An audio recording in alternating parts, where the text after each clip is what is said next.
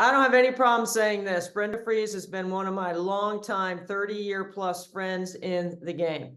I love Brenda Frese and everything that's Brenda Frese because I know her heart. I know where she came from. I know how hard she works, and I know how successful she's been in helping young women in our game and winning at the same time. Coach Frese from the University of Maryland, thank you for being with us. Hey, Debbie, it's always great to be with you, and the feeling is mutual.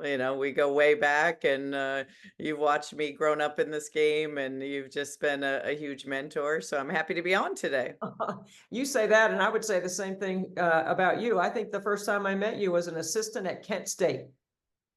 Accurate. Yes, long time ago. I don't even remember what year that was, but I do remember that's how far back our relationship goes. So, Brenda, you and I have, as mothers, we've watched our families grow up. We've watched our boys develop into young men. We are our mothers and our families. We all know each other. That's okay in our game because right now our game has become very much transactional, not as much relationship based. I love the relationships that I have in the game. I hope that I don't ever lose those. How do you feel about relationships in the game right now? Yeah, it's the reason why I got into coaching was because of the mentorship and the relationships. I do think it is getting harder and harder. I think with great intentions, I have to, work to be able to sustain those relationships, and they're coming so quickly.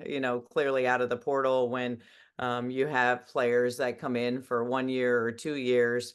You're kind of having to learn the history of a player very quickly, compared to a high school kid when you have years to be able to develop that. But at the end of the day, things are where they're at, and so I'm going to do my best to be able to adapt within those changes. And at the core of who I am, I'm still going to develop those relationships, whether I have somebody in our program for 1 year, 4 years, or 6 years. I'm going to have great intentions to be able to develop those relationships as best as I can.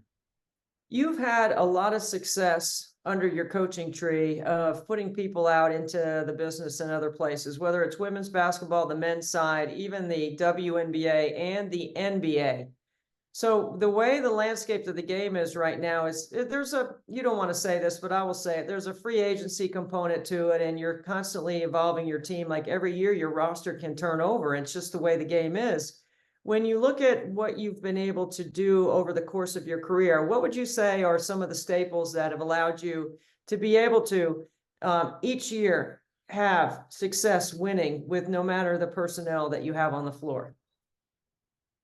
Well, I think it's top down. I do think we're very intentional as a staff of that mentorship, and it starts at the top. It goes all the way down to having just a tremendous staff that understands your values, your system, your program. I'm really fortunate. My assistants have been with me, between 5, 6, 7 years. So, you're able then when you have rosters now that really are changing. It's like having a professional roster every year. You're going to have a lot of changes that come in. So it's even more important, I think, that you have stability within the ranks of your coaching, to be able to kind of live out, the core values of what your program is about. So I do feel very fortunate. Year 22 here at Maryland, just to have some of the best on my staff. Okay, I want to shift to the boys because I love your boys, Marcus and Tyler. I've watched them grow up. I feel like I have watched you raise your boys in a similar way to our way we've raised our three boys. There's a lot of stuff that goes on with boys, right? Tell us a little bit about something your boys are doing right now. Like, where's the transition for you with them becoming young adults? I think most people find it really hard to believe that, they have their learner's permits, so they're driving now. And I think, that kind of blows people's minds, that the fact that these kids were, just infants, and they remember me rolling around in the chair at Xfinity, being pregnant with them, and now they're driving. So But I feel, just an immense amount of gratitude in the fact that, our job is to grow up our kids. You've already done that with yours, and I find each stage really, really exciting. Just helping them, mentor them to into adulthood.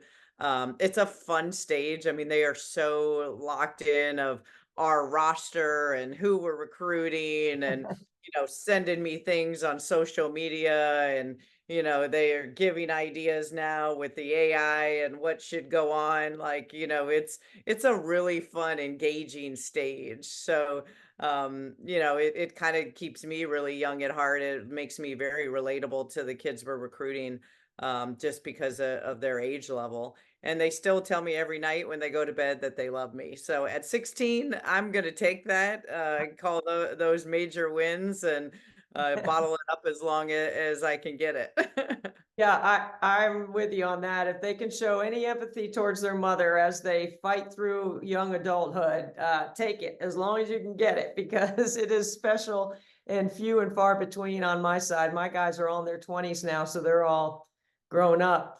You mentioned social media. I think unofficially, you were way ahead of the curve, because you were doing things behind the scenes and showcasing your program in a way no one was willing to do. When you think about at that time when you would allow a camera in the locker room or in the birthing room or do the things that you did that people thought that you were crazy, today it's so commonplace, right? I mean, how would you say you've seen all of that change and evolve, and how have you evolved inside it?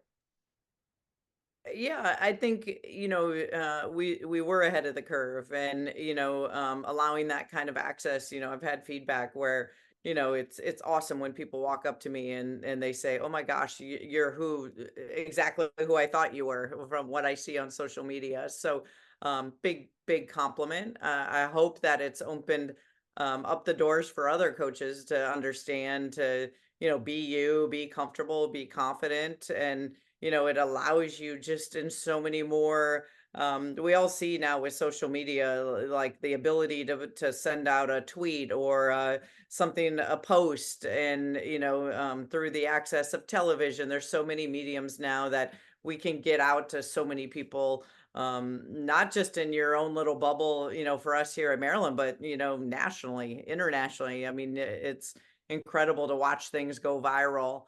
You have to be careful. There's a lot of great things and some things that can be impacted as well. But when you can utilize it, in a positive direction, it's just great for, women's basketball, for our program, and to showcase who you are.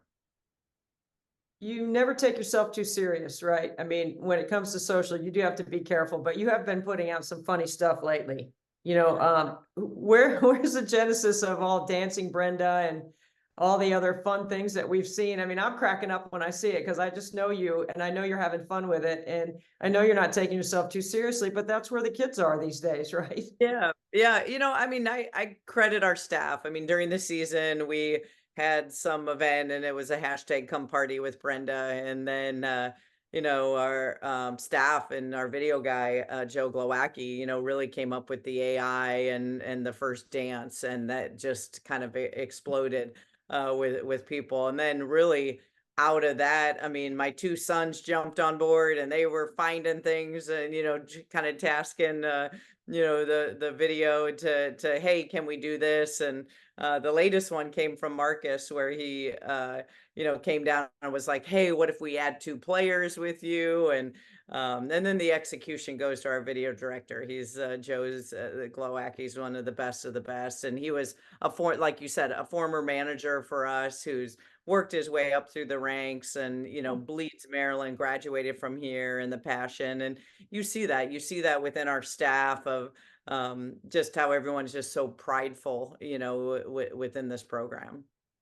Yeah, and your boys, that's the apple not falling far from the tree with your husband's background, Mark, and some of the things that he's done. How much does he get involved in helping the boys or encouraging them, or how much conversation? Because the three of them right there is like, that's their own little brain trust, I'm imagining. The three of them come up with stuff that they present to you, probably at dinner, that just cracks you up. Well, I put more on the boys. Mark has kind of gotten off of social media, so he's more of the reader of information. He seeks knowledge and information where the boys, my husband's not going to get on TikTok or Snapchat. Mark's going to stay. So, I'm kind of the one monitoring all of that within the family, but it's a team. So, he's doing all the information and finding different things from that end, but I would say that the teenage and what's hip and the music and all of that is definitely the twins. All right, so I don't want to pass by the driving part of things because I'm sure that as a passenger in the car, there's probably things that you say or that have happened that you are holding your breath because they're boys and they're learning how to drive. Are they each going to have their own car? Are they going to have a schedule of how they operate with one car? I mean, how are you going to balance all this out for those two? Because I know they're busy boys.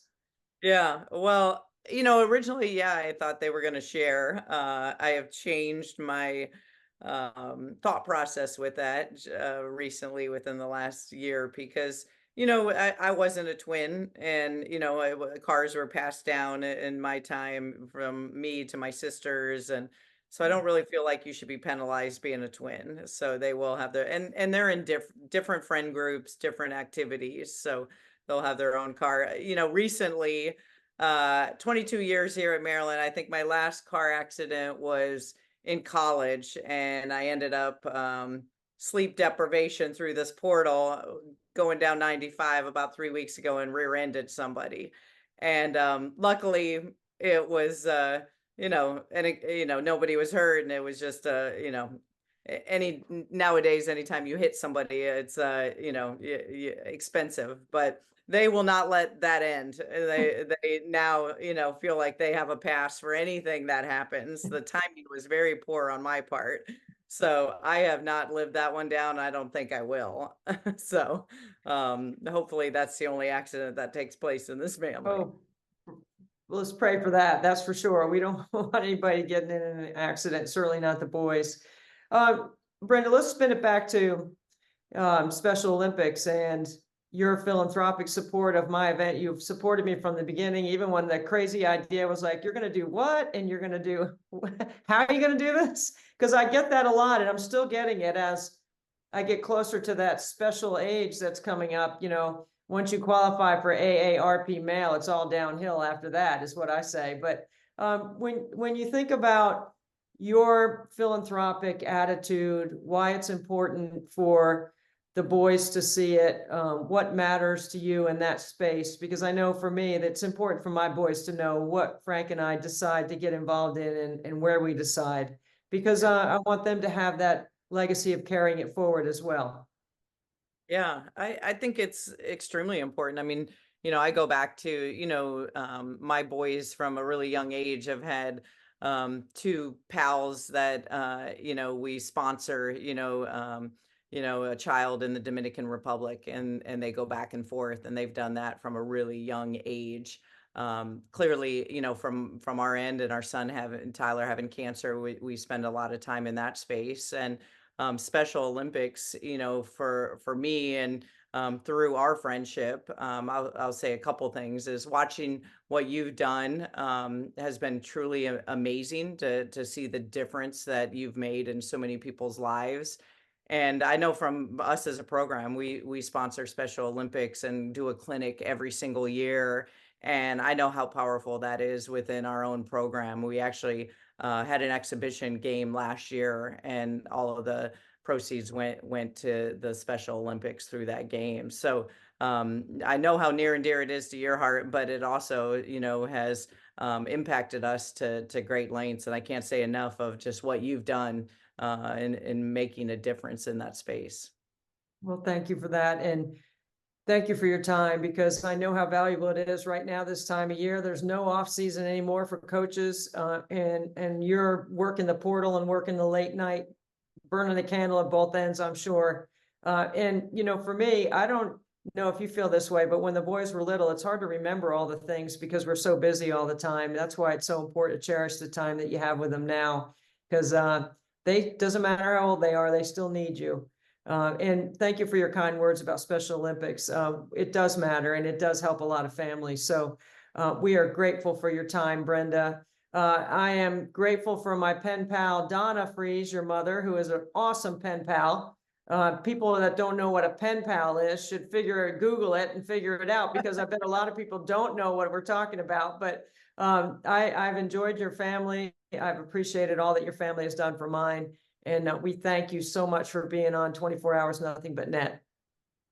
Thank you so much for having me. Really, really do appreciate it.